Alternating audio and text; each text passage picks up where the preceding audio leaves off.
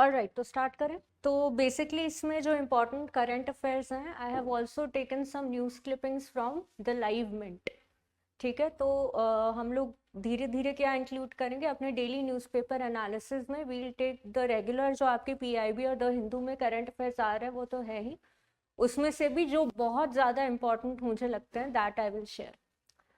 Over and above एक economy से related newspaper का एनालिसिस हम इसमें ऐड ऑन कर रहे हैं, बिकॉज यूजुअल बेसिस पे what we do is the Hindu Hindu पढ़ लिया, ज़्यादा से ज़्यादा इंडियन एक्सप्रेस देख लेते हैं। इकोनॉमी स्पेसिफिक न्यूज़ इसलिए भी पढ़ना ज़रूरी है because it helps us a lot with answer writing in GS3, right.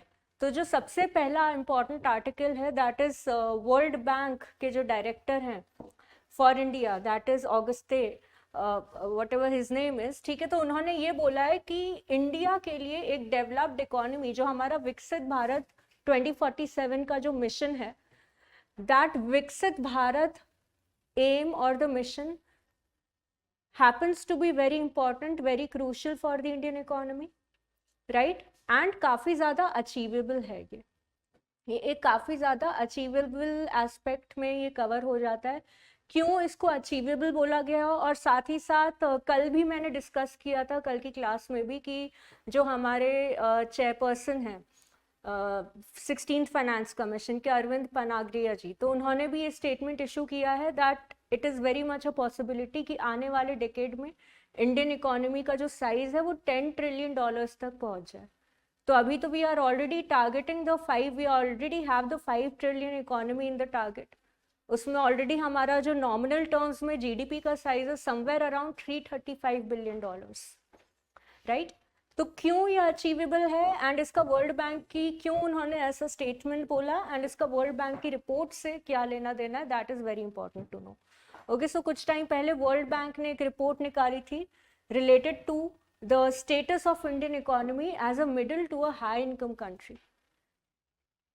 तो उसमें काफ़ी सारे एस्पेक्ट्स कवर करें। One of the aspects was कि इतने टाइम में, यानी कि पिछले 20 सालों में 2 डेकेड्स का डेटा एनालाइज किया एंड इसमें ये रियलाइज किया दैट इंडियन इकोनॉमी का जो जीडीपी ग्रोथ रेट है that has been stable and consistent at 7.8%, जो एवरेज जीडीपी है। ठीक है, इसमें हम लोग एक्सट्रीमिटीज़ को इंक्लूड नहीं कर रहे हैं, लॉन्ग रन पर्सपेक्टिव देख रहे हैं। ठीक है, एक्सट्रीमिटीज़ जैसे आपका पैंडमिक हो गया, ग्लोबल फाइनेंशियल क्राइसिस हो गया, इकोनॉमिक स्लो डाउन हो गया, डेफिनेटली उस वक्त तो फॉल डाउन आएगा ही हमारे जीडीपी में। बट लॉन्ग रन पर्सपेक्टिव को एनालाइज किया तो देखा that despite the extremities, despite the instability, जो रिकवरी रेट है वो भी स्टेबल है, right. That is also very very stable. Indian economy का अगर हम नेचर देखें तो दैट इज हाईली रेजिलियंट। काफ़ी ज़्यादा हमारी इकोनॉमी का nature is very much resilient to external shocks, right. तो ये सारे एस्पेक्ट्स हैं। 7.8% कोई इकोनॉमी अगर एवरेज बेसिस पे भी कंसिस्टेंट ग्रोथ रेट मेंटेन कर पा रही है तो it is a positive sign of future prospects. साथ ही साथ वर्ल्ड बैंक की रिपोर्ट ने ये भी रेकमेंड किया that we must increase our capital expenditure as a percentage of GDP, right. तो अभी अगर 30 से 30 to 33% के हिसाब से हमारा कैपिटल एक्सपेंडिचर है as a percentage of GDP, तो it has to be scaled up to at least 40 to 45%। One thing.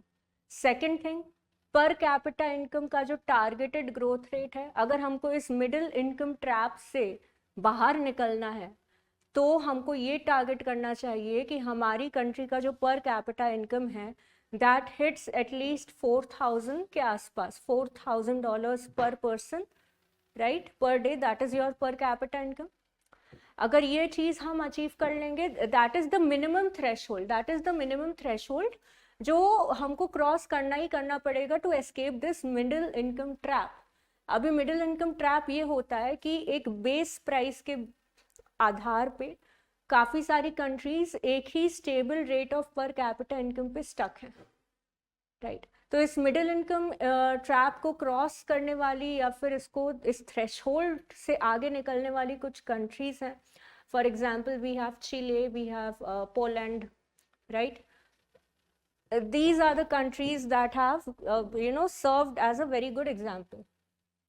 Other than that report ने ये भी रेकमेंड किया है कि हमें ऐसे सेक्टर्स में इन्वेस्ट करना चाहिए ऑब्वियसली जो बहुत ज़्यादा लेबर इंटेंसिव है, राइट? लेबर इंटेंसिव सेक्टर्स कौन कौन से हो गए हमारे? प्राइमरीली अगर हम देखें तो माइक्रो स्मॉल बिजनेसेस, एमएसएमईज हो गए, राइट? दूसरा क्या एस्पेक्ट हो गया हमारा? ठीक है, एग्रीकल्चर पे अभी भी देखो तो 40 to 45% के आसपास डिपेंडेंसी है। हमको मैन्युफैक्चरिंग में, राइट, स्मॉल बिजनेसेस में, जैसे हमारा स्टार्टअप इंडिया स्कीम है, मैन्युफैक्चरिंग से रिलेटेड जितनी स्कीम्स हैं, आपकी जितनी भी प्रोडक्शन लिंक्ड इंसेंटिव स्कीम्स हैं, उनमें हम लोगों ने इन्वेस्ट किया है ताकि प्रोडक्टिविटी एंड ओवरऑल जो हमारा एम्प्लॉयमेंट रेशियो है, ज़्यादा एम्प्लॉयमेंट जनरेट होगा तो डेफिनेटली इकोनॉमिक एक्टिविटी भी बूस्ट होगी, right? So these are the sectors जहाँ पे हमको इन्वेस्ट करना ही करना है। Other than that physical infrastructure तो हम बूस्ट कर ही रहे हैं in terms of power lines, railways, roadways, ठीक है। हमने डेडिकेटेड फ्रीट कॉरिडोर्स बना लिए, हम लोग रीजनल कनेक्टिविटी स्कीम पे काम कर रहे हैं, हमने प्रधानमंत्री गति शक्ति मास्टर प्लान भी लॉन्च किया है। साथ ही साथ हमें सोशल सेक्टर इंफ्रास्ट्रक्चर और ग्रीन इंफ्रास्ट्रक्चर पे भी फोकस करना है। अब सोशल इंफ्रास्ट्रक्चर में क्या क्या आ जाता है आपका? Social infrastructure, hospitals, schools, colleges etcetera, right? बस यही इस पूरे रिपोर्ट का समरी है। Now second up next is a very important news related to dolphins. For the first time ever, यानी कि हमारी कंट्री में डॉल्फिन की जो पॉपुलेशन है उसका पहली बार एक एस्टिमेट लिया गया है।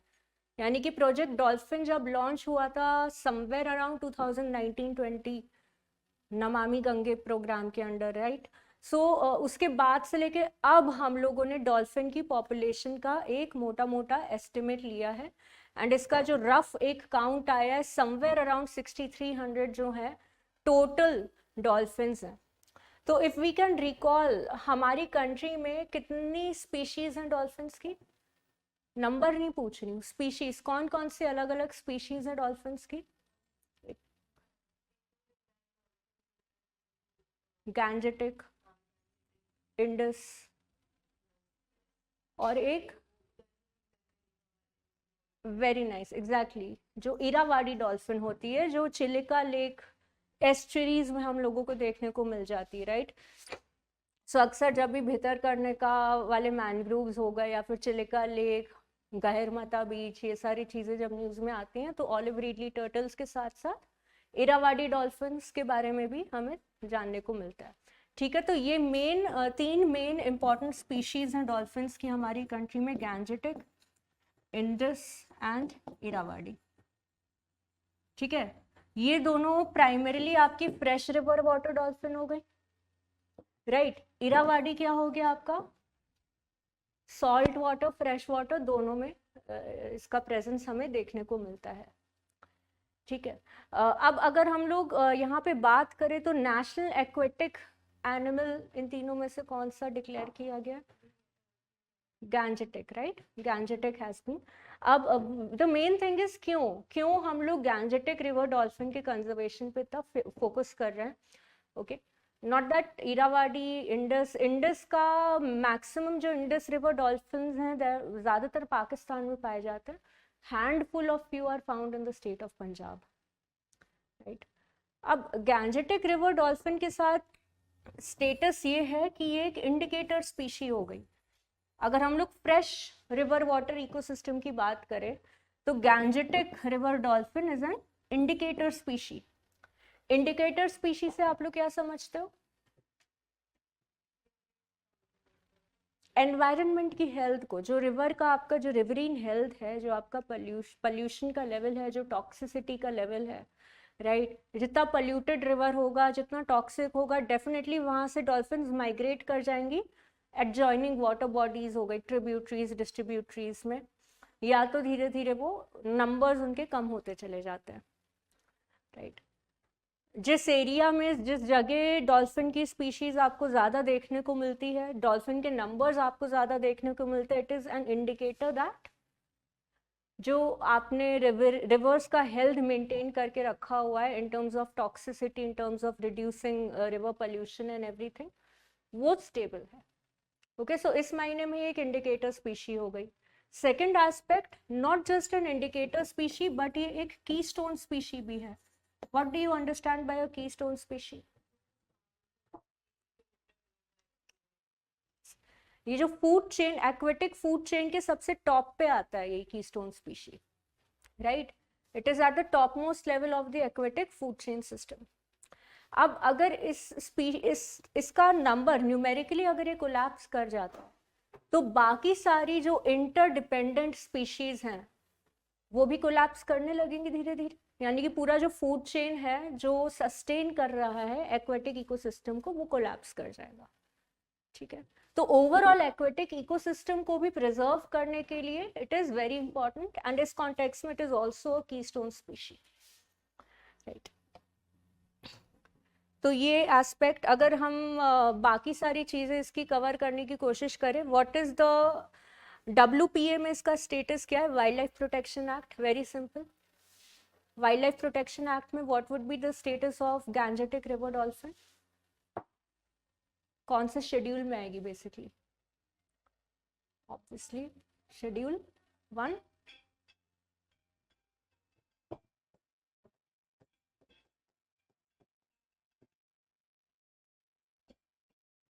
वाइल्ड लाइफ प्रोटेक्शन एक्ट 1972 के शेड्यूल 1 में इंक्लूड हो रहा है Gangetic river dolphin, right? Because इसको अटमोस्ट स्टेटस दिया हुआ है।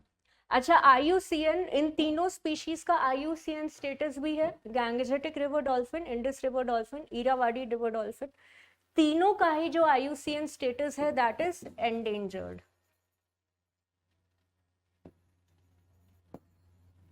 तीनों का ही IUCN status is endangered, right?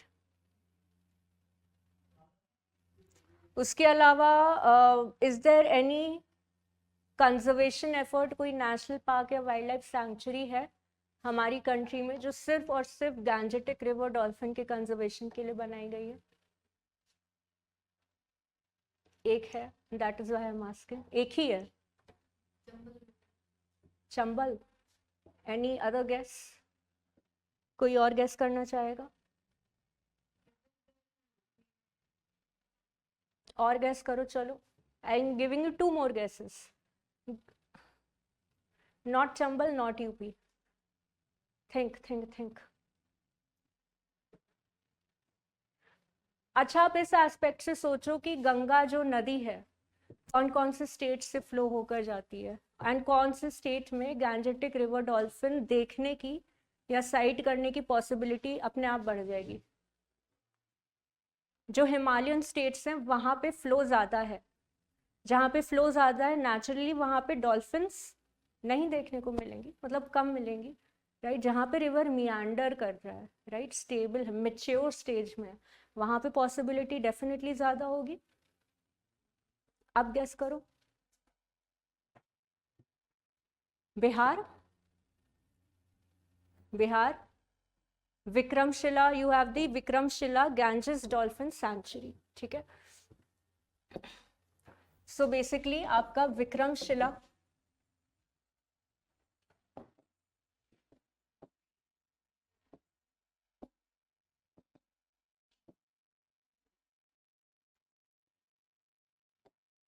Vikramshila Ganges river sanctuary में सबसे ज़्यादा गैंजेटिक डॉल्फिन हमें देखने को मिल जाएंगी, ठीक है? तो यहाँ पे जो national Ganga river dolphin day भी हम लोग 5 अक्टूबर को वी सेलिब्रेट दिस, 5 अक्टूबर को हम लोग हमेशा national Ganga river dolphin day भी सेलिब्रेट करते हैं। ये नमामि गंगे का ही सारा इनिशिएटिव है, जो national mission for clean Ganga है। सो बेसिकली जो प्रोजेक्ट डॉल्फिन है ministry of environment, forest and climate change के अंडर 2019 में इंट्रोड्यूस किया गया था। इसकी इम्प्लीमेंटिंग एजेंसी जो है वो नमामि गंगे कॉर्पोरेशन भी हो गई, right? NMC is also implementing that under the Namami Gange programme. काफ़ी सारे कंजर्वेशन एफर्ट्स हैं, ठीक है? One of the conservation effort is basically national dolphin research centre, ठीक है? National dolphin research centre.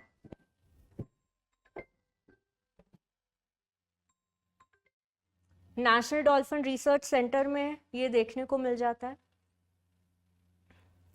Right. मतलब sorry, what did I just say, ये Patna university है ना, ये भी बिहार में ही है, that is there in Patna University. This is also in Bihar, this is also in Bihar, ठीक है। तो ये यूपीएससी में ऑलरेडी पूछ चुका है, already solved it. National aquatic animal of India would be what? Gangetic river dolphin, right. घड़ियाल वाला आया था, नेशनल चंबल सैंक्चुरी 2018। चलो, ये भी एक इंटरेस्टिंग क्वेश्चन है कि what are the possible reasons, क्या क्या थ्रेट्स हैं स्पीशी को, मतलब what are the threats under which it is possibility कि ये क्रिटिकली एंडेंजर्ड कैटेगरी में जा सकता है।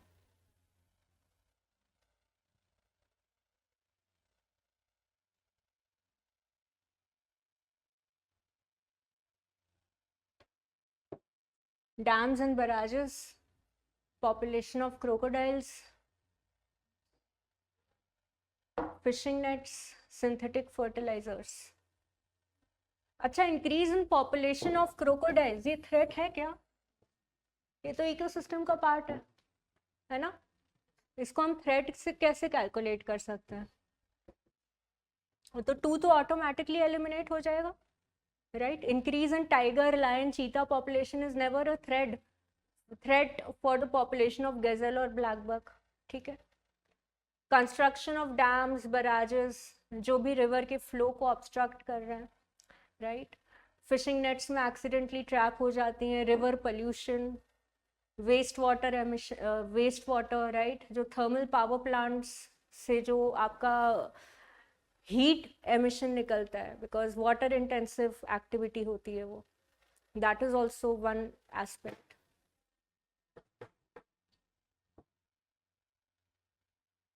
और क्या क्या थ्रेट्स आइडेंटिफाई कर सकते हो आप? River bank pollution, yes.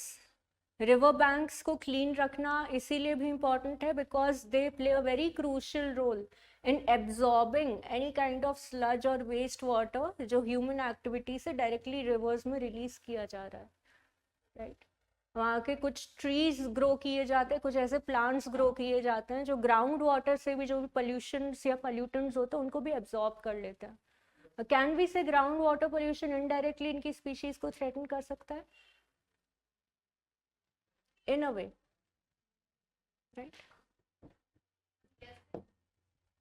See, ground water directly तो नहीं करेगा, we all know that, but yes, ground water pollution अगर increase होता है तो definitely जो आपका river bank है, right, जो बेसिकली एक सिग्निफिकेंट बफर की तरह काम करता है, एक इन्फिल्ट्रेशन की तरह काम करता है, right, that will also get polluted, ठीक है। कभी कभी ये होता है कि लीच आउट हो जाता है पोल्यूशन।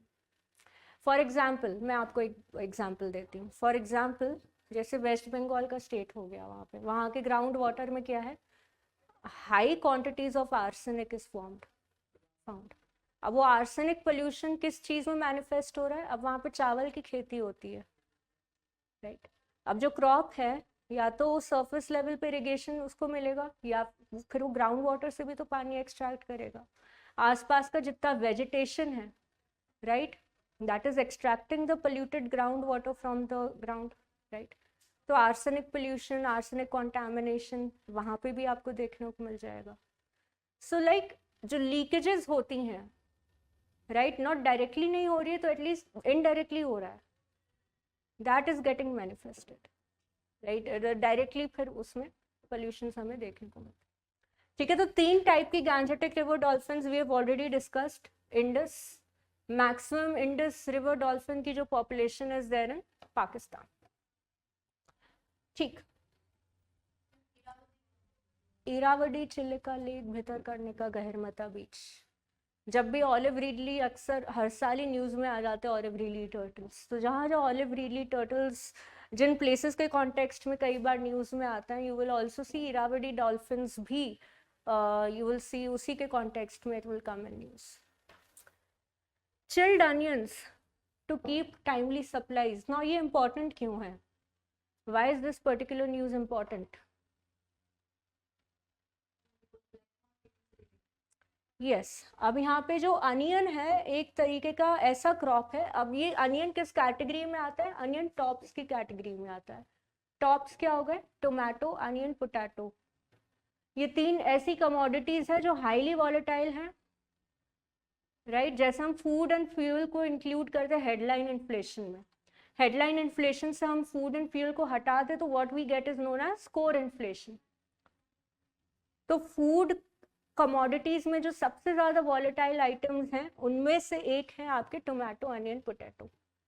इनके प्राइसेस में जरा सा भी फ्लक्चुएशन आता है तो overall price level in the economy में राइज, क्योंकि ये डेली स्टेपल है मैक्सिमम लोगों का, राइट? अब यहाँ पे अनियंस हर साल न्यूज में आता है, right? Almost every, and specially after the winter season. कब आता है सीजन अनियन का? न्यूज में आने का सीजन कब आता है? That is in October, August, end of monsoon season. अगस्त से लेके अक्टूबर तक ये एक टाइम ऐसा होता है जब अनियन की शॉर्टेज सबसे ज्यादा देखने को मिलती है. रीजन इज अनियन प्राइमरीली एक राबी क्रॉप है, यानी कि उसका जो उत्पाद होता है राबी में ज्यादा अच्छा होता है दोनों सीजन में, राइट? उसको खरीफ में भी आप ग्रो कर सकते हो, उसको राबी सीजन में भी ग्रो कर सकते हो. बट राबी में जो अनियन का प्रोड्यूस होता है वो सरप्लस में जाता है, एंड खरीफ में कभी कभी नेगेटिव में चला जाता है, या स्टेबल रहता है, या इंक्रीज ही नहीं होता. कभी कभी खराब भी हो जाता है because of sunlight damage, heat, lack of storage system. तो एक यहाँ पे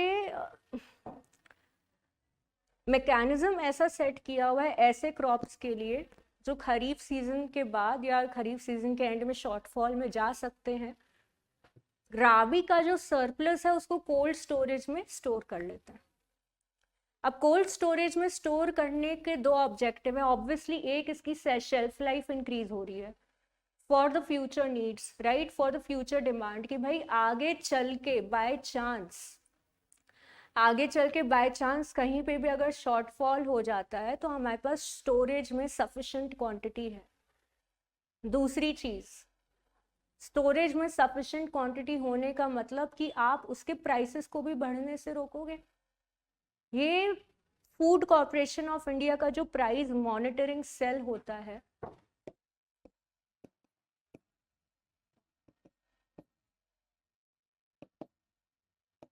that plays a very very crucial role in controlling the food inflation in the economy. क्यों? बफर स्टॉक हमारी कंट्री में इसीलिए मेंटेन भी करने को कहा जाता है. ऑब्वियसली कल को किसी भी चीज में अगर शॉर्टेज होगी उसके दाम अचानक से बढ़ जाएंगे, राइट? अचानक से सप्लाई कम हो गया तो प्राइसेस विल शूट. तो कोल्ड स्टोरेज में अगर पहले से हमारे पास सप्लाई है, शॉर्टेज प्रेजेंट मार्केट में हो रही है और डिमांड बढ़ रही है, तो we can use that supply, okay, you can use that inventory to keep the prices from rising. Okay, so this is exactly what this particular article is talking about. कई बार कोल्ड स्टोरेज में भी अगर आप देखो, अगर stock मान लीजिए किसी भी रीजन से, XYZ रीजन से खत्म हो जाता है, तो what we do, we start importing from other countries, right? Great. तो दैट इज एग्जैक्टली, तो ये कोल्ड चेन सिस्टम्स जो है काफी ज्यादा जरूरी और महत्वपूर्ण हो जाते हैं to prolong the shelf life. Then यहाँ पे अगर देखें तो next article is associated with China का एक स्टिमुलस पैकेज. प्रोबेबिलिटी है कि आने वाले समय में चाइना अपनी इकोनॉमी को स्टिमुलेट करने के लिए एक फिस्कल स्टिमुलस पैकेज जो है रिलीज करे, पब्लिश करे. अभी क्या टेंशन क्या चल रहा है? यूएस चाइना है ऑलवेज स्टार्क एनिमीज, राइट? हमेशा ही टेंशन चल रहा होता है दोनों कंट्रीज के बीच में. ट्रेड वॉर तो like it is like usual, अब तो कोई नई चीज भी नहीं रह गई है. ट्रेड वॉर ना जाने कब से चल रहा है, राइट? ट्रेड वॉर के अलावा और क्या क्या प्रॉब्लम्स हैं यूएस एंड चाइना के बीच में? यहाँ पे तो कुछ विजिबल भी नहीं है. चलो कोई बात नहीं, इग्नोर कर लो, use the space. Trade war क्यों होता है यूएस एंड चाइना के बीच में? यूजुअली सबसे ज्यादा currency manipulation, export dominance, right?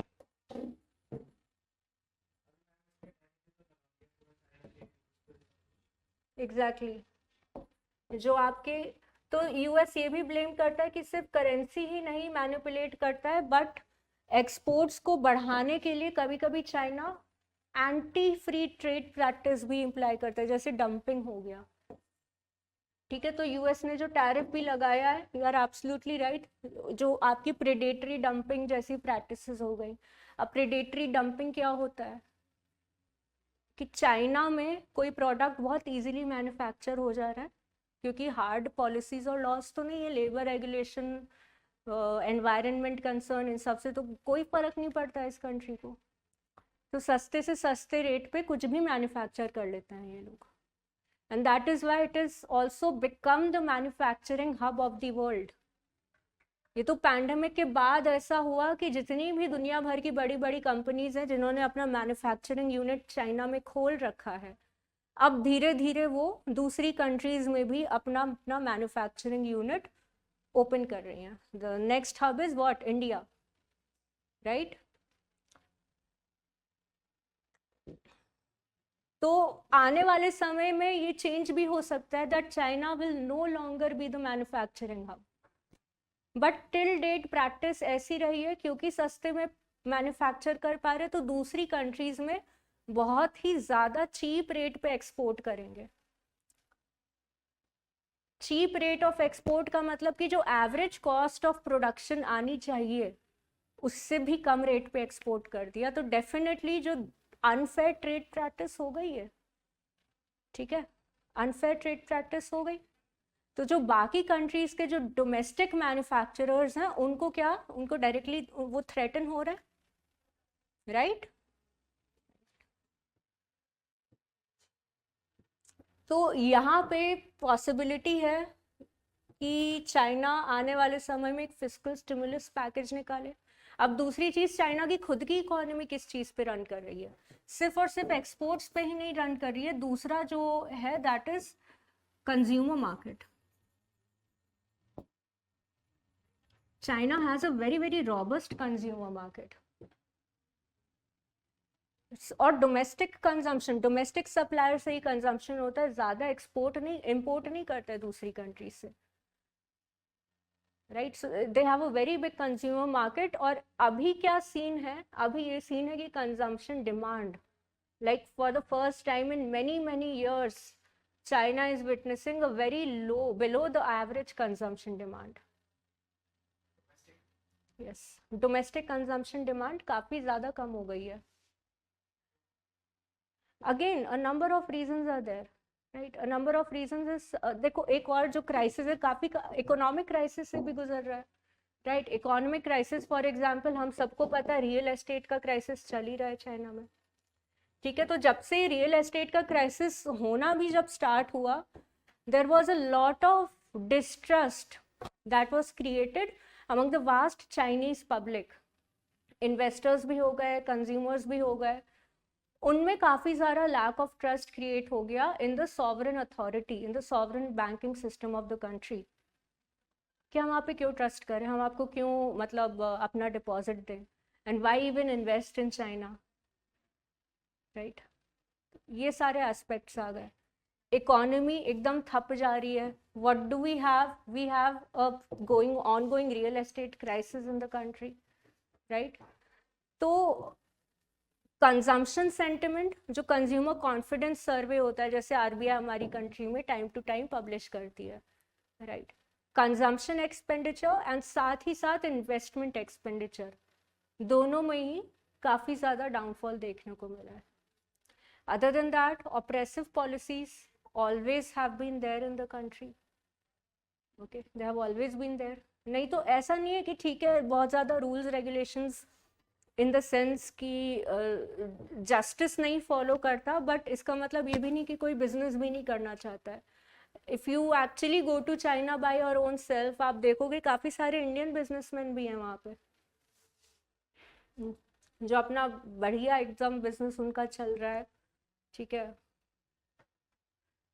but still there is a lot of crisis that is ongoing in the country with respect to the trade war with the US, right? With respect to other allegations, currency crisis और currency speculation भी भारी मात्रा में होता है, ठीक है.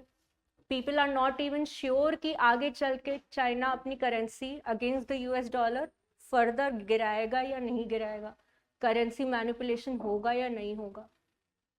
दूसरी चीज, आफ्टर पैंडेमिक बड़े बड़े जो मैन्युफैक्चरिंग हब्स थे अब वो चाइना से विड्रॉ करके दूसरी कंट्रीज में जा रहा है. They are gradually withdrawing from China and they are going to other countries because of the threat of a potential lockdown, threat of a potential, instability, not just a viral disease, potential political instability also. जो and overall अगर हम लोग देखें तो जो जियो political tactic रहा है of the major global powers with respect to China, वो हमेशा एक डिफेंसिव स्टैंड पे ही रहा है. डिफेंसिव स्टैंड मतलब आप एग्जाम्पल ले लो क्वाड समिट का. क्वाड समिट भी क्यों एस्टैब्लिश हुआ? To counter the increasing Chinese presence in the Indo Pacific region. क्यों काउंटर करना है चाइनीज प्रेजेंस को? ऑब्वियसली एक पॉलिटिकल आपका रीजन हो गया, राइट? इंटरनेशनल वाटर से कोई भी एक कंट्री अपनी अथॉरिटी क्यों असर्ट करे? दूसरा जो रीजन है that is dominance over supply chain. जो आपका ग्लोबल सप्लाई चेन है, China has maintained a very strong, मतलब good dominance over the global value supply chains, कि डायरेक्टली और इनडायरेक्टली हर कंट्री जो ग्लोबल वैल्यू सप्लाई चेन का हिस्सा है कहीं ना कहीं इस कंट्री की सर्विस पे डिपेंडेंट है. Now to assert this economic power, to assert this dependency, China is also flexing its what we can say political arms, जिसको हम लोग यूपीएससी की भाषा में क्या कहेंगे कि भाई चाइना क्या कर रहा है? वेपनाइज कर रहा है. China is weaponizing the global value supply chain. तो इसको डी वेपनाइज करने के लिए क्या किया? डी वेपनाइज करने के लिए इंडिया और काफी सारी कंट्रीज ने एक सप्लाई चेन अलायंस फॉर्म किया to resist the growing dominance, Chinese dominance in this sector also, right? Have we taken any initiative as an economy to boost our global supply chain? Yes. We are forming alliances with other nations also. तीसरी चीज, semiconductor fabrication unit, semicon chip. अब semicon chip ऐसी चीज है जो आज की date में it is impossible to work without semicon chips only, right? आपका स्मार्टफोन से लेके smart board, laptop, touch screen, everything requires a very good semicon chip, even super computing, right? अब कुछ रेयर अर्थ मेटल्स ऐसे हैं जो China में and China के जो एडजॉइनिंग वाटर्स हैं वहाँ पे बहुत इजीली अवेलेबल हो जाते हैं, right? So they don't have to struggle a lot. Likewise, even in Australia also, some parts of Africa and Central America also, rare earth metals are decent quantity में available है. But फिर भी इस पर stronghold and dominance again किसने assert किया? तो US has already formed what? Fab 4 alliance. US has already formed Fab 4 alliance. क्या है?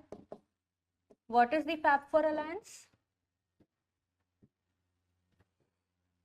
Fab 4 alliance basically semiconductor manufacturing का एक alliance है that has been formed between US, Taiwan, South Korea and Japan, again to compete China.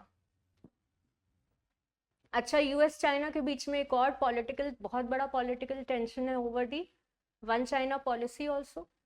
US dared to recognize Taiwan as a separate country, कि भाई हम Taiwan को मानते ही नहीं कि चाइना का पार्ट है. और दूसरा बात, फैब 4 अलायंस में ताइवान इंक्लूडेड है। अगेन इट इज सिंबॉलिक कि ताइवान को as a separate sovereign country assume किया और फैब 4 अलायंस में चाइना का नाम ही नहीं है। Okay, so this is something जो बहुत ऑफेंड कर जाता है, राइट। लाइकवाइज इंडिया ने कोई अलायंसेस फॉर्म किए हैं फॉर सेमीकंडक्टर फैब्रिकेशन यूनिट, ऐसा कोई, हाँ चलो ऐसी कोई मेजर ग्रुपिंग नहीं है, कोई मेजर अलायंस नहीं है, बट अलग अलग कंट्रीज के साथ टाई अप्स एंड पार्टनरशिप्स। अभी रिसेंटली जो कल ही हम लोगों ने डिस्कस किया था, इंडिया और यूरोपियन यूनियन के बीच में जो टॉक्स चल रही हैं, also it includes the partnership in the semiconductor fabrication unit. Likewise, India has also signed MOUs with partners like in private players in Singapore, Japan, and all of that. ठीक है. So these are some of the key aspects. इसी के ऊपर ये एक article है.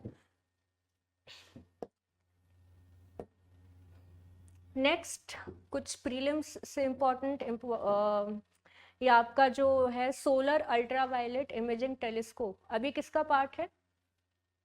Has been in news, क्योंकि solar flares, अब तक की जो मोस्ट इंटेंस सोलर फ्लेयर्स हैं डिटेक्ट करी गई हैं using this particular instrument. This is a part of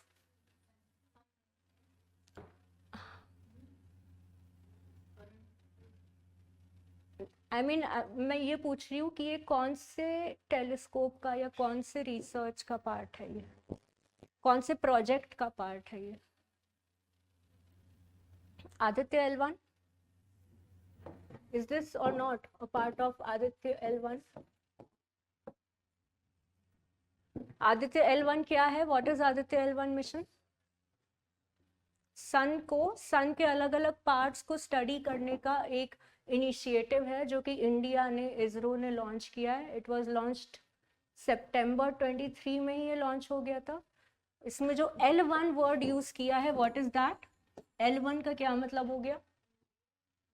No, it is Lagrangian point. Lagrangian point. अब Lagrangian point का मतलब क्या है? It can be asked in your prelims also. ठीक है, कि क्या मतलब होता है Lagrangian? So we all know that हम किसी भी planetary body के पास जाते हैं, उनके orbital space के पास जाते हैं, तो उसकी ग्रेविटी के अंडर आ जाते हैं, इन्फ्लुएंस में आ जाते हैं, राइट.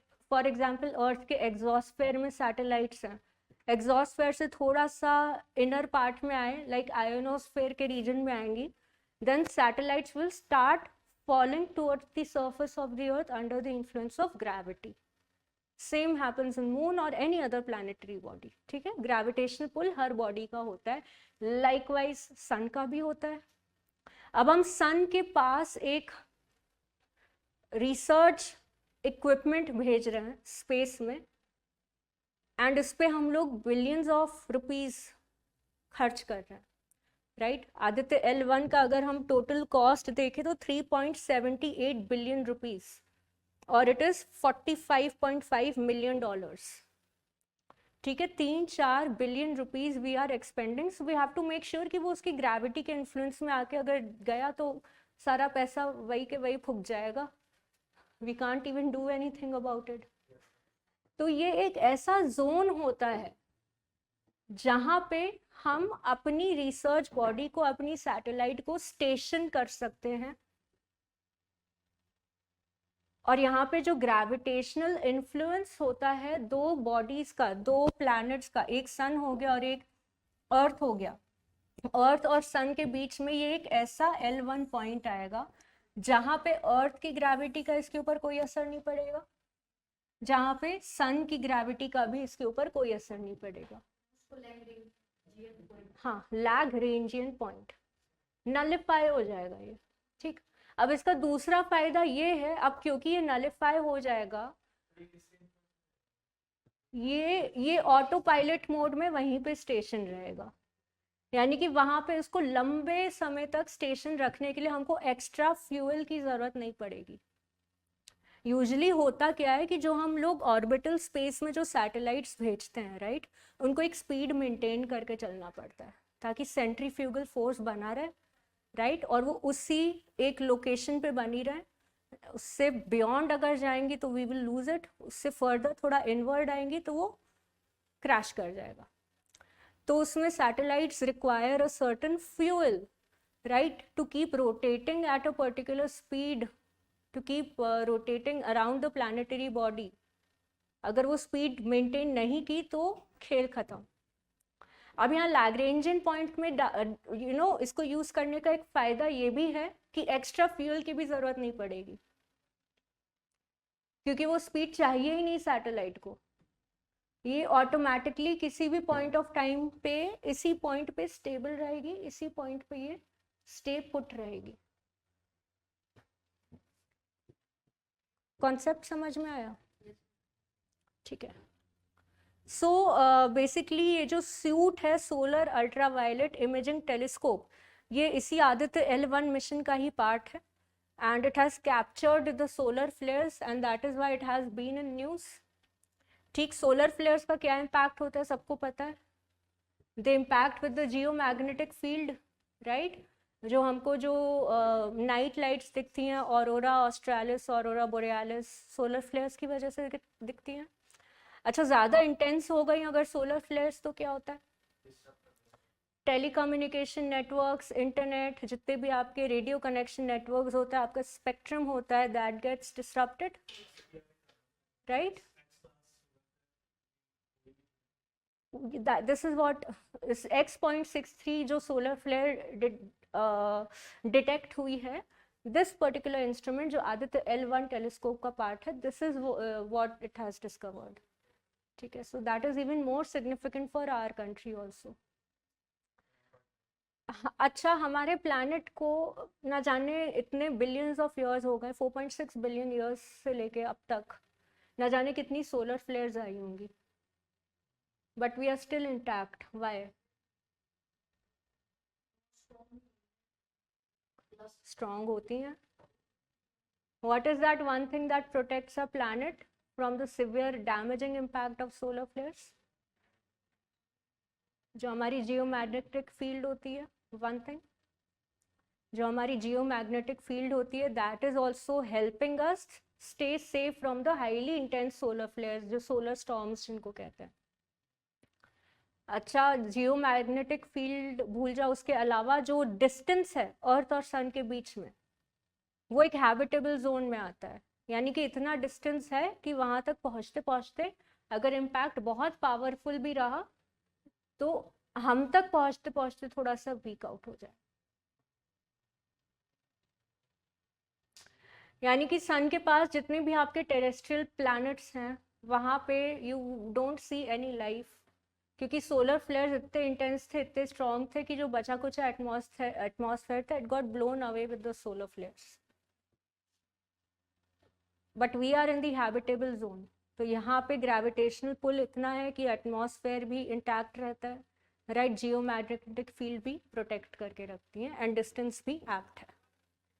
ठीक है, this is also the reason why जो आपके जॉवियन प्लैनेट्स हैं, जैसे जुपिटर हो गया, right, Uranus, Neptune, all of these, वहाँ पे हैवी गैसेस इसीलिए हैं बिकॉज सोलर फ्लेयर्स वहाँ तक पहुँच नहीं पाते, right. So they are able to hold very heavy gases.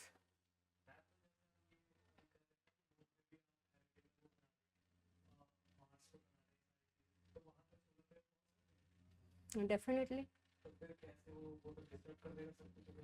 obviously. Why is it that Mars is completely barren?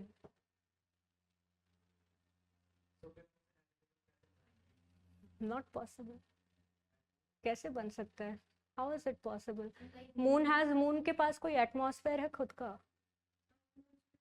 Is there any we are commercializing moon because of rare earth metals, because of certain minerals that जिनकी possibility है, for example जर्कॉन हो गया, कुछ rare earth metals ऐसे हो गए जो कल को अर्थ से अगर एक्सटिंक्ट भी हो जाते हैं, मतलब धीरे धीरे हम लोग उनको यूटिलाइज कर लेते हैं, तो we have a possibility, we have a plan B. Might be a new trend और something, it doesn't have any meaning और सिग्निफिकेंस। आप खुद सोचो, मून के सरफेस पे मैक्सिमम डेली टेम्परेचर कितना जाता है और मिनिमम नाइट का टेम्परेचर कितना होता है? दो एक्सट्रीम्स हो गए। It is already not possible to survive. जहाँ पे एटमॉस्फेयर नहीं है, how can you think of surviving there? See इतना ज़्यादा like what you're asking is not even relevant for UPSC. देखो, जिन्होंने मून पे कमर्शियल लैंड या कमर्शियल स्पेस कुछ भी अगर खरीद रखा है, तो that could be possible purely of commercial reason. Near future में ऐसा, मतलब 10-20 सालों में क्या, ऐसा आने वाले 50 सालों में भी पॉसिबल नहीं है कि आप मून पे जाके कैंप लगा के वहाँ पे रह सको. और अगर आप रह रहे हो तो you are spending billions and trillions of dollars over there to survive just for one day. एक दिन भी सर्वाइव करना, it's not very easy. Like आप खुद सोचो, पहला मैन्ड मिशन कब हुआ था मून का, और दूसरा कब हुआ सक्सेसफुली? अभी हो पाया? Was it successful? Manned mission की बात कर रहे हैं. अपोलो के बाद दूसरा हुआ गगनयान में. अभी तक हम लोग कर रहे हैं. कब? September 23 was the target date कि हम लोग गगनयान लॉन्च करेंगे. ठीक है, अभी NASA has also launch the Artemis mission.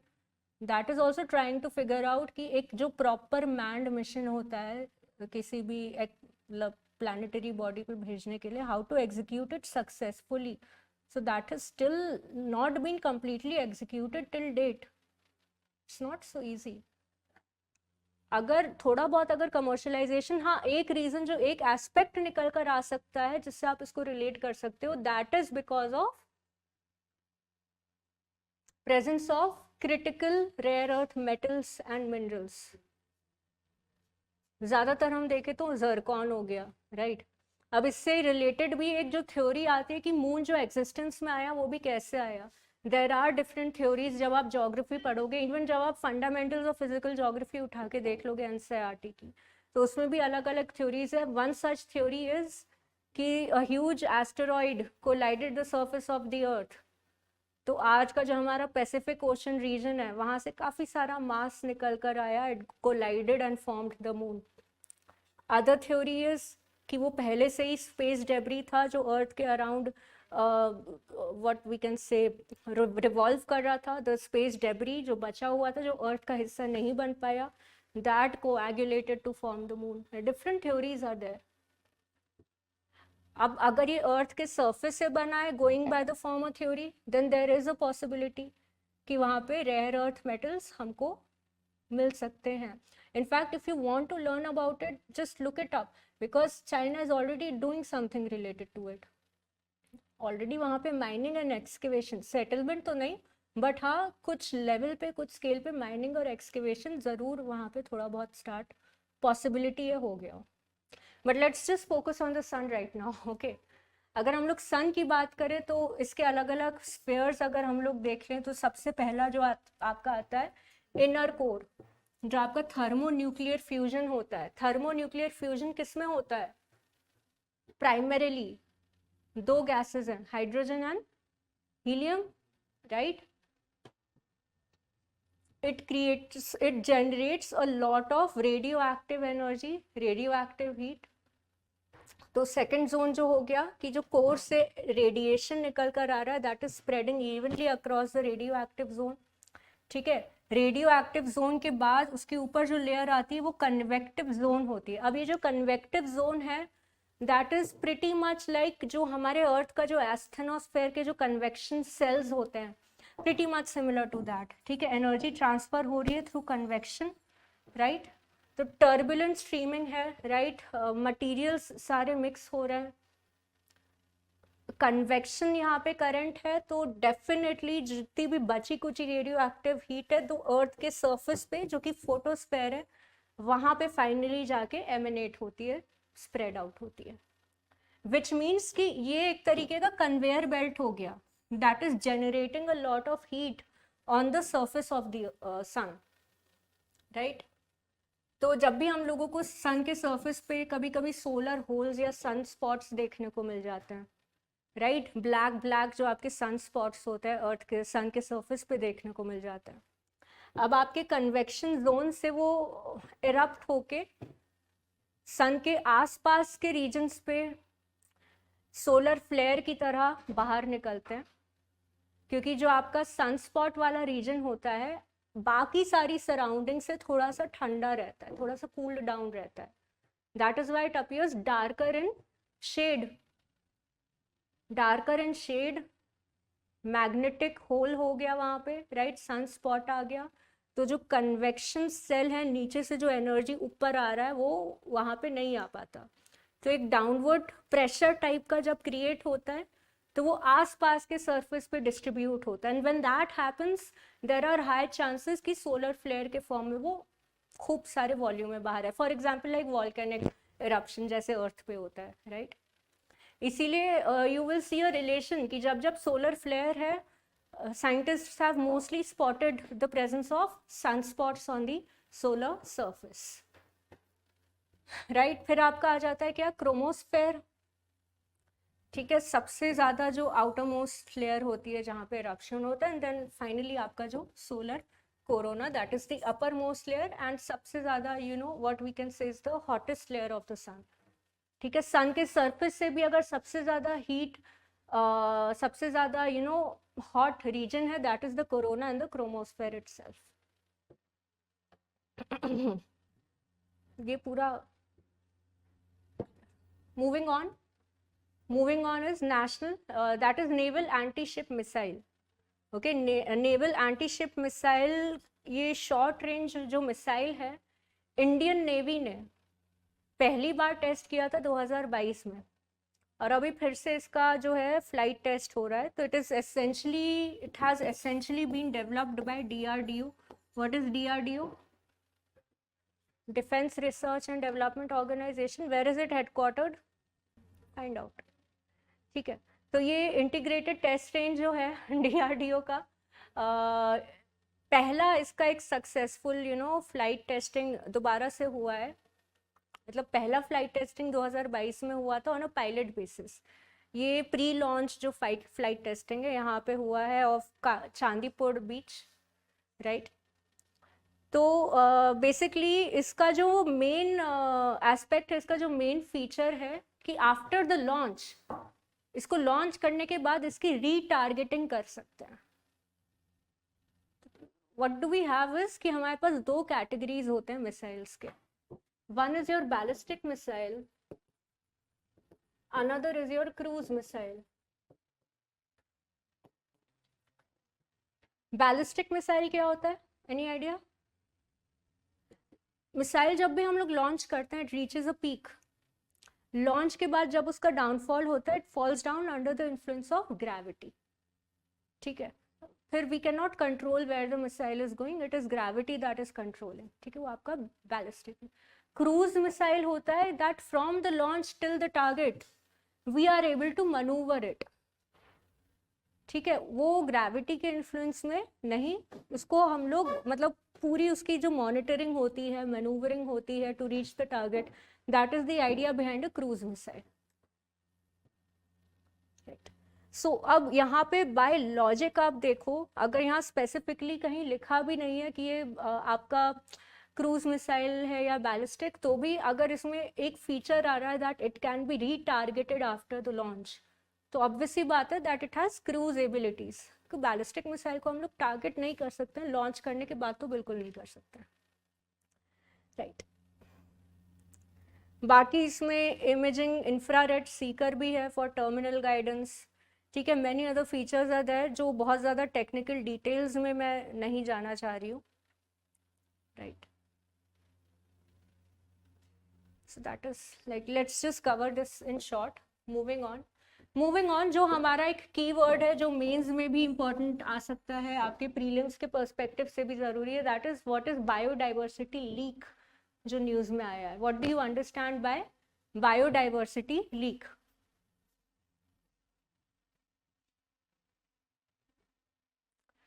For example, एक मैं सिंपल एग्जाम्पल देती हूँ कि कार्बन एमिशंस को ख़त्म करने के लिए हमने अपनी कार्बन एमिटिंग इंडस्ट्रीज को या तो बंद कर दिया या फिर ग्रीन टेक्नोलॉजी में अपग्रेड कर दिया. ठीक है, अब the thing is that suppose to reduce carbon emission, we are shutting down our thermal power plants. A country is shutting down its thermal power plants. Renewable energy पे depend कर रहा है. बट कुछ कुछ सेक्टर्स ऐसे हैं जिनको thermal power plant से जो कंसिस्टेंसी एंड स्टेबिलिटी है वो चाहिए ही चाहिए. ठीक, तो वो आसपास की कंट्रीज जहाँ पे thermal power plants power produce कर रहे हैं, जनरेट कर रहे हैं, वहाँ से इलेक्ट्रिसिटी इंपोर्ट कर रहे हैं.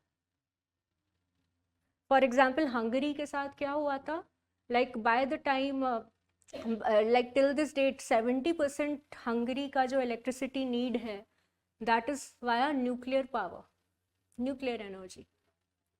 अब इसका इम्पैक्ट आसपास की कंट्रीज पे क्या पड़ेगा कि यहाँ पे एक कंट्री ने अपने कार्बन एमिशन टारगेट्स को फुलफिल कर लिया, तो जो थर्मल पावर प्लांट से जो एनर्जी का रिक्वायरमेंट है वो बर्डन ट्रांसफर हो जाएगा. कार्बन लीकेज का एक एग्जाम्पल हो गया ये. अब बायोडाइवर्सिटी के कॉन्टेक्स्ट में अगर इसको समझना है तो for example Amazon rain forest को प्रिजर्व करना is not an option but a necessity. Reason being they are the lungs of the earth. अगर Amazon रेन फॉरेस्ट डिप्लीट होने स्टार्ट हो गए या उनका डिफॉरेस्टेशन हमने करना स्टार्ट कर दिया तो उनके रीजेनरेशन को ना जाने कितने साल लग जाएंगे. तो उनकी जो क्रूशियल इकोसिस्टम सर्विस है not just for the surrounding regions but for the entire planet, बहुत खतरा है डिस्टर्ब हो जाए, राइट? तो उसको प्रिजर्व करना ज़रूरी है. अब Amazon रेन फॉरेस्ट में कुछ कुछ एक्टिविटीज़ ऐसी हो रही थी, फॉर एग्जांपल एग्रीकल्चर के लिए लैंड साफ किया जा रहा था या रोडवे हाईवे बनाने के लिए लैंड साफ किया जा रहा था, वो बंद हो गया. There are some crops, there is some kind of timber, there are some kind of crops that can only be derived in that Central American climate, that can only be grown in that Central American region. For example, Brazil में forest conservation किया और वहाँ पे agriculture पे deforestation पे पूरा ban लगा दिया, that we want to preserve. अब फॉर एग्जाम्पल ब्राज़ीलियन नट्स किसी को कल्टिवेट करना है, अब वहाँ पे नहीं कर पा रहे हैं, तो उसके जैसा मिलता जुलता जो क्लाइमेटिक कंडीशन है, जो टेम्परेचर है, वो किसी और कंट्री में ग्रो करने लग जाएंगे, फॉर एग्जाम्पल अर्जेंटीना, राइट? तो क्या हुआ, ये बायोडाइवर्सिटी लीकेज हो गया कि एक जगह को प्रिजर्व करने के लिए, एक जगह को कंजर्व करने के लिए दूसरे एरियाज पे नेगेटिवली उसका एडवर्स इफेक्ट क्या हो रहा है, राइट? यूके में ओल्ड फॉरेस्ट है, सेक्रेड ग्रोव्स है या वर्जिन फॉरेस्ट है, कोई भी बहुत पुराना फॉरेस्ट है, उसको प्रिजर्व करने का एक आइडिया आया सबको, right? It should be preserved and it is very good, उसके प्रिजर्वेशन बेनिफिट्स भी बहुत हैं.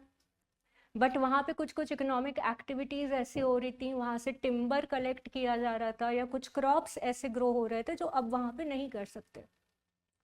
तो वहाँ से सिमिलर जो बाकी सारे रीजन्स हैं जो सिमिलर क्लाइमेटिक कंडीशंस में सिचुएटेड है, अब हमने वहाँ पे डिफॉरेस्टेशन करना स्टार्ट कर दिया क्योंकि वो लाइमलाइट में है ही नहीं. तो ये जो प्रोसेस होता है, ये जो पूरा फिनोमेना है, that is what is known as biodiversity leak. अब बायोडाइवर्सिटी लीक के विक्टिम्स कौन है? ज़्यादातर वो कंट्रीज जहाँ पे बहुत ज़्यादा स्ट्रिक्ट रूल्स एंड रेगुलेशंस नहीं है या उनके पास ऑप्शन नहीं है, करना ही करना है. टारगेट में कौन आ जाता है? लीस्ट डेवलप्ड या under developed countries, like central American regions आ गए, आपके अफ्रीकन कॉन्टिनेंट में कुछ कुछ कंट्रीज आ जाएंगी, राइट?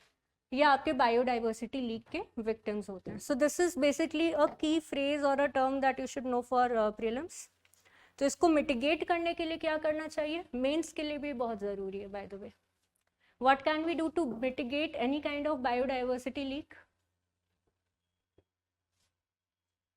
कोई भी प्रोजेक्ट इम्प्लीमेंट करना है, राइट? कोई भी कंजर्वेशन प्रोजेक्ट कभी भी इम्प्लीमेंट करना है, we should take a stock of the entire situation कि अगर यहाँ पे डिफॉरेस्टेशन बंद करेंगे तो कौन कौन सी इकोनॉमिक एक्टिविटीज़ हैं जो ख़त्म हो जाएंगी, एंड अगर वो इकोनॉमिक एक्टिविटीज़ इस एरिया में ख़त्म हो गई तो पोटेंशियली कौन सी दूसरी ऐसी रीजन्स हैं जो खतरे में आ सकती हैं बिकॉज ऑफ दिस प्रोजेक्ट. तो इस चीज़ को हम लोग क्या कहते हैं? रूटीन मॉनिटरिंग एक करना चाहिए, एक होलसम एस्पेक्ट लेना चाहिए कि किसी भी कंजर्वेशन प्रोजेक्ट को अगर इम्प्लीमेंट करना है तो उसके ऑल्टरनेटिव्स पहले ही हाथ में होने चाहिए ताकि बायोडाइवर्सिटी लीक का जो इम्पैक्ट है वो मिनिमाइज कर सके। कई बार ऐसा भी हो सकता है कि कंजर्वेशन से हमको 5 गुना फायदा हो रहा है और जो बायोडाइवर्सिटी लीक है उससे जो नुकसान हो रहा है वो उस फायदे से काफ़ी कम है। तो we can tolerate that loss but only to a certain extent. ठीक है, बाकी इसका सोशल इम्पैक्ट असेसमेंट हो गया, एनवायरनमेंट इम्पैक्ट असेसमेंट हो गया, ब्रॉड लेवल पे लेना बहुत ज़रूरी है। ठीक है, we have to ensure that near zero production losses। ठीक है, यही मतलब हुआ नियर जीरो प्रोडक्शन लॉसेस का, मोटा मोटा यही मतलब हुआ। ठीक है, मिनिमल प्रोडक्शन डिस्प्लेसमेंट।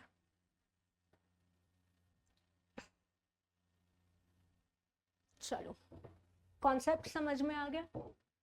ये आ सकता है, ये मेंस में तो 100% आ सकता है, प्रीलिम्स में आ गया, एक लाइन का आपको दे दिया क्वेश्चन कि what do you understand by biodiversity leak, it has been in news. ठीक है, बताइए, लाइक एग्जाम्पल दे के एक्सप्लेन करूँ? क्यों है क्या? सो फॉर एग्जाम्पल जैसे हमने अमेजोन रेन फॉरेस्ट का एग्जाम्पल लिया, ठीक है, अब दूसरा कोई एग्जाम्पल लेते हैं। फॉर एग्जाम्पल वेटलैंड्स, पता है आप लोगों को वेटलैंड कंजर्वेशन, राइट? ठीक है, अब एक जगह है, एक वेटलैंड है जिसको कंजर्व करना बहुत ज़रूरी है, राइट? उसको कंजर्व करने के लिए गवर्नमेंट ने वहाँ पे फिशिंग पे बैन लगा दिया कि वहाँ पे अब आप फिशिंग नहीं कर सकते हो, राइट? वहाँ पे आप टूरिज्म के लिए बोटिंग नहीं कर सकते हो, कुछ कुछ इकोनॉमिक एक्टिविटीज़ हैं जिन पे बैन लग गया। For example dal lake, right? अब जो कम्युनिटी थी जो इस पे इकोनॉमिकली डिपेंड कर रही थी, उसको तो अपना लाइवलीहुड मेंटेन करना है, तो एडजॉइनिंग वो किसी दूसरे वेटलैंड पे जाएगी कि नहीं जाएगी? जाएगी। अब हो सकता है ये वेटलैंड रामसर लिस्ट में हो और इकोलॉजिकली इम्पॉर्टेंट हो, पर ये वाला वेटलैंड रामसर लिस्ट में ना हो बट इकोलॉजिकली ये भी उतना ही इम्पॉर्टेंट और सिग्निफिकेंट हो। हमने इसके कंजर्वेशन पे ध्यान दिया और इतना ज़्यादा ध्यान दिया कि इसका जो कंजर्वेशन था वो बिगड़ गया। इस चीज़ को हम क्या कह रहे हैं कि एक जगह conservation is happening and that is good, but to conserve one area, another area is negatively being impacted। ठीक है, यहाँ पे जो सस्टेन कर सकते थे, रेगुलेट कर सकते थे, अब यहाँ पे हो रहा है वो अनरेगुलेटेड वे में हो रहा है। ठीक है, तो यहाँ पे पोल्यूशन भी बढ़ गया, लैक ऑफ रेगुलेशन की वजह से फिशिंग भी अनसस्टेनेबल हो गई, यूट्रोफिकेशन भी हो गया, ओवर द टाइम पॉसिबिलिटी है कि लेक सूख भी जाए। ये होता है impact. This is what practically biodiversity leak basically means. Next, bond central. अब बॉन्ड सेंट्रल कुछ टाइम पहले सेबी का एक सर्कुलर आया था, वेबसाइट पे रिलीज हुआ था कि सेबी हैज, अच्छा SEBI has also been in news, Madhuri Puri Buch के ऊपर भी एक फ्रॉड का case has been announced, right? Have you followed that? No, चलो कोई नहीं। ठीक है, तो बेसिकली एक सेंट्रलाइज डेटाबेस पोर्टल रिलीज करेगा SEBI for corporate bonds. Corporate bonds के लिए एक सेंट्रलाइज डेटाबेस पोर्टल रिलीज करने का बेसिक यहाँ पे जो ऑब्जेक्टिव है that is to provide a single source of information. For example RBI जितने भी गवर्नमेंट बॉन्ड्स इशू करता है उसका डेटाबेस कहाँ मेंटेन करता है, ये कौन सा पोर्टल आरबीआई यूज करता है to transact in government bonds and securities? Discuss कर चुके हैं हम ये। ई कुबेर, आरबीआई का खुद का पोर्टल है ई कुबेर, जिसमें गवर्नमेंट सिक्योरिटीज से रिलेटेड, स्टेट डेवलपमेंट लोन से रिलेटेड जितना भी डेटाबेस है सब कुछ वहीं पे मेंटेन है। यानी कि मैं अगर कोई गवर्नमेंट बॉन्ड खरीदती हूँ, मैं वेबसाइट पे जाके उसका स्टेटस, प्राइस, शेयर्स, डिमांड सब कुछ चेक कर सकती हूँ, राइट? क्या है ये? ट्रांसपेरेंसी। अब मुझे कॉर्पोरेट बॉन्ड अगर खरीदना है, कॉर्पोरेट बॉन्ड के लिए अभी तक we did not have any prior existing centralised database, right, जो सेपरेटली बॉन्ड्स, कॉर्पोरेट बॉन्ड से रिलेटेड सारी इंफॉर्मेशन को क्लियरली अपनी वेबसाइट पे बताए। अब जब कोई भी ऐसा डेटाबेस नहीं होता, उससे काफ़ी सारी प्रॉब्लम्स, काफ़ी स्कोप क्रिएट हो जाता है for malpractices, right. For example एक आपकी जो मैल प्रैक्टिस हो गई, that would be insider trading. ठीक है, इनसाइडर ट्रेडिंग बेसिकली क्या होता है कि कोई भी आईपीओ रिलीज होने से पहले जो कंपनी से जुड़े हुए लोग होते हैं, जो कंपनी का कोर बिजनेस से जुड़े हुए होते हैं, सारी इंफॉर्मेशन उनके पास रहती है कि आने वाले कुछ महीनों में, कुछ क्वार्टर्स में कंपनी कैसा परफॉर्म करने वाली है। ठीक है, तो before the IPO is release, वो अंडर राइटर्स के साथ टाई अप कर लेंगे और पहले से ही कुछ शेयर्स लेके खरीद लेंगे, and then they will show themselves as an investor in the IPO. It actually happens. Okay, तो ये एक इनसाइड करप्ट प्रैक्टिस हो गई. You are taking the advantage of the information that you have as being a part of the company. Cheating हो गया एक तरीके से, क्योंकि बाकी सारे इन्वेस्टर्स उनको तो नहीं पता, दे डोंट नो. आने वाले समय में कंपनी लॉस में जाएगी, इनसाइडर ट्रेडर्स को पता है कि ये लॉस में जाएगी, पर बाकी इन्वेस्टर्स को तो नहीं आइडिया है कुछ क्या चल रहा है अंदर. ठीक है, तो ये जो है इस चीज को भी टैकल करेगा, वन थिंग. सेकेंड थिंग, जो आपकी इंफॉर्मेशन एसिमेट्री होती है. इंफॉर्मेशन एसिमेट्री का मतलब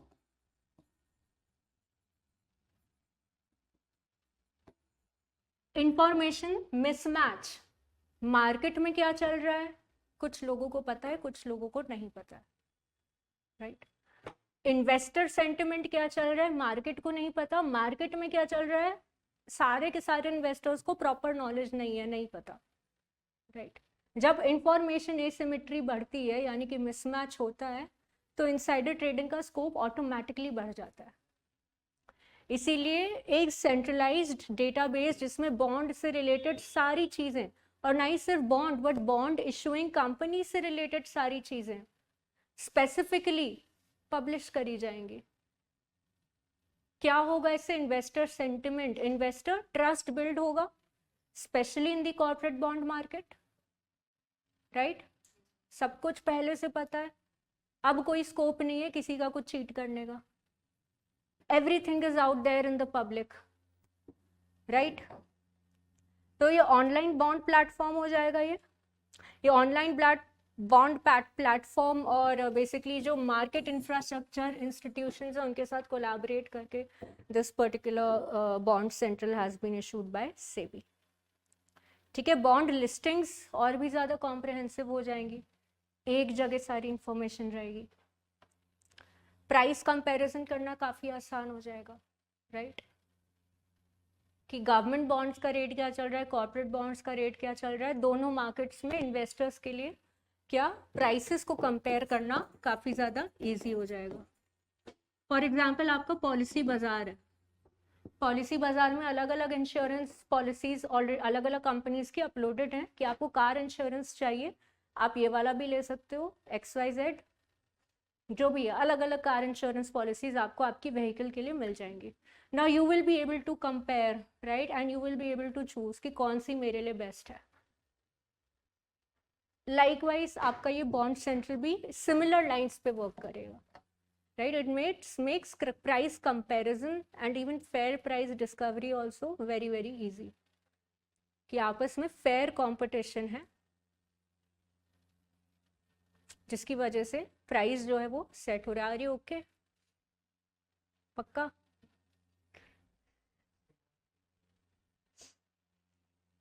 ठीक है, बाकी investor centric information, enhance transparency, we all know that. Moving on talking about exercise desert hunt. Desert hunt से क्या मतलब हुआ, एक्सरसाइज डेजर्ट हंट जो इंडियन आर्म्ड फोर्सेस हैं, air force, navy and Indian army military, right. तो ये joint air force exercise है that has recently been conducted in Jodhpur.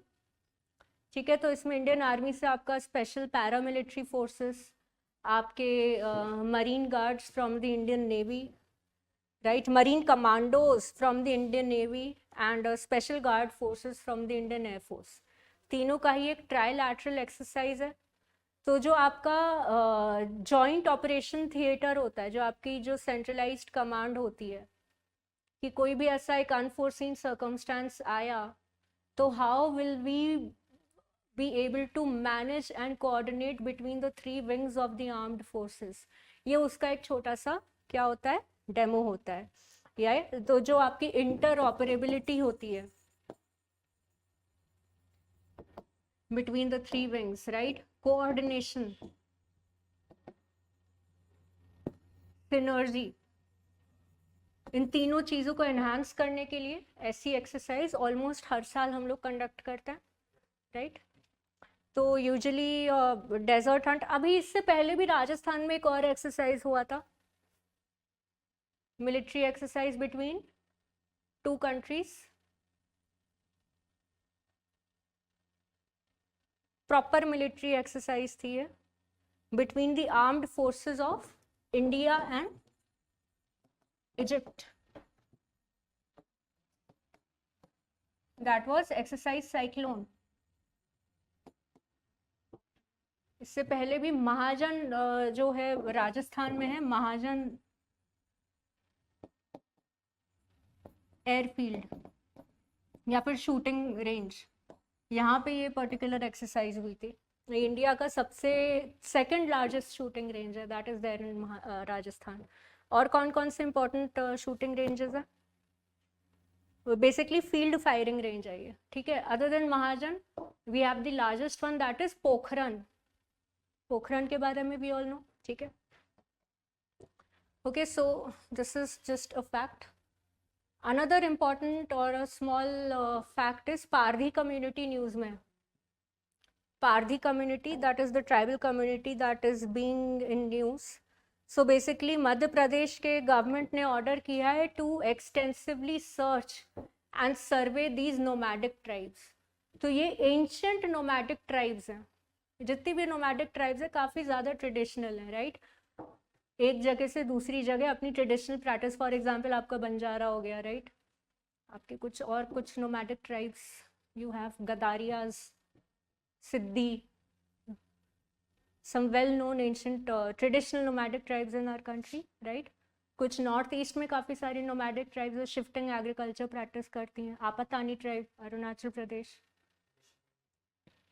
Mishmi eastern belt में, सेंट्रल बेल्ट में काफ़ी सारी हैं, राइट? चलो, सो ये कोशिश तो इनकी ऑब्वियसली यही रहती है कि वो अपने ट्रेडिशनल सेटअप को कंटिन्यू करें over the generations. But socio economic condition कई बार ऐसी बन जाती है that they have to settle down as an take into a settled occupation like agriculture.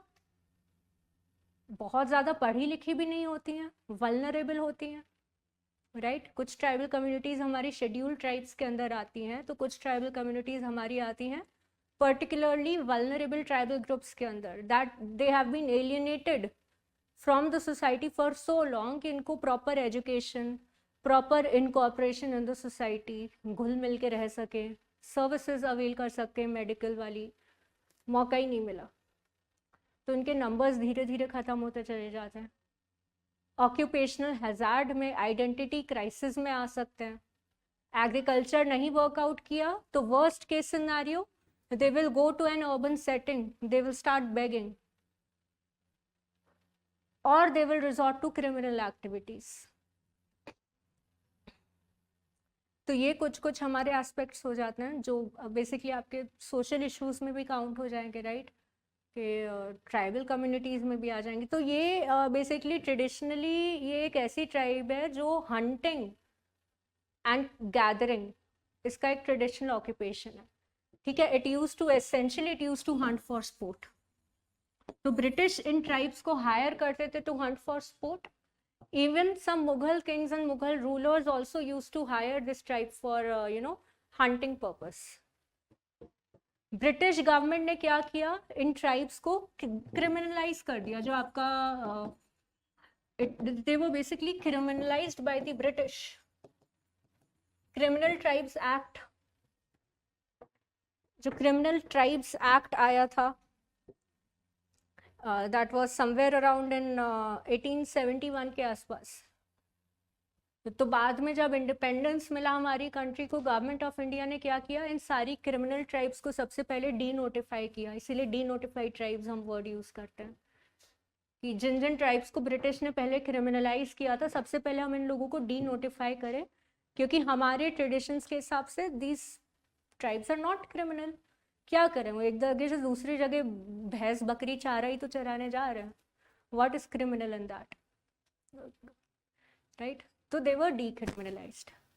बाद में what happened was, in order to continue their tradition, to continue their culture, the tribes may have continued hunting. अब hunting में क्या, आपके जो contemporary environmental concerns आ जाते हैं, for example poaching, specially tiger poaching, that is one central issue. Madhya Pradesh क्या है, एक ऐसा रीजन है जहाँ पे सबसे ज़्यादा you will see national parks, tiger reserves and all of that, that is one issue. Second, जो रिसेंट इशू आ रहा है, ह्यूमन ट्रैफिकिंग से रिलेटेड, कुछ क्रिमिनल एक्टिविटीज से रिलेटेड इश्यूज आ सकते हैं, right? So that is why surveillance has been ordered on these tribes. अब बाकी सारे लोग जो हैं क्वेश्चन कर रहे हैं कि why these tribes, they seem harmless to us, अभी तक हमको तो कोई हार्म नहीं किया, तो क्यों सर्वे कर रहे हो? एंड आधे से ज़्यादा तो नोमैडिक भी नहीं रहे, अब तो ये एग्रीकल्चर कर रहे हैं। So these are certain issues. इस इन्हीं सारी चीज़ों के aspect में this tribe has been in news, right? Other than Madhya Pradesh, you can also find these tribal communities in Maharashtra, some parts of Rajasthan, some parts of even Gujarat also. अच्छा, just one takeaway question: what is the tribal belt of India? India का tribal belt कहाँ पे located है? Usually जो आपका some part of eastern, majority में देखें central Indian region, Madhya Pradesh, Chhattisgarh, Jharkhand, Orissa, these are the places traditionally सबसे ज़्यादा ट्राइबल पॉपुलेशंस देखने को मिलती हैं, right? Okay, fine. So this was it for today. Thank you so much for joining.